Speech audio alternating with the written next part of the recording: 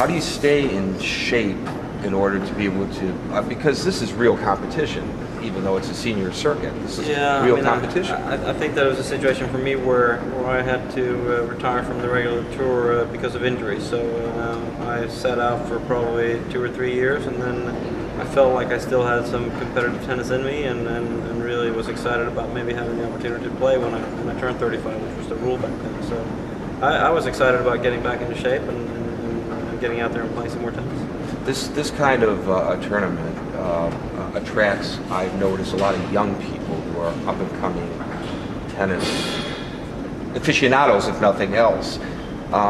Does it give you a degree of satisfaction knowing that you're kind of paying it back to the younger generation? Well, I mean, I think that the way I grew up with tennis, it was a hobby, something I had a lot of fun with, and it turned into a job, so to speak, and I could make a living at it.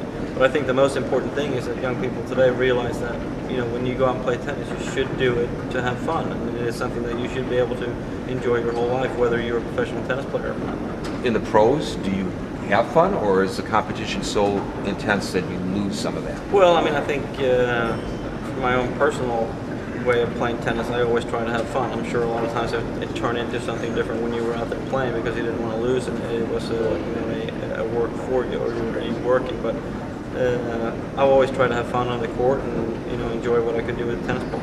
I've done a little research on this, and I don't see any upcoming Swedes. It doesn't seem to me that there are any. Does that disappoint you? I mean, Swedish tennis has been struggling a little bit in the sense that I think that most people compare today's players with the players back in the 80s when we had 5 players in the top 10 and we were pretty much winning 2 Grand Slams a year. And I think Swedish tennis has done a good job considering the size of the country and the amount of people we have living in the country. So I think we're still doing well. The issue now is, are we going to have a new generation coming up that's going to be as good?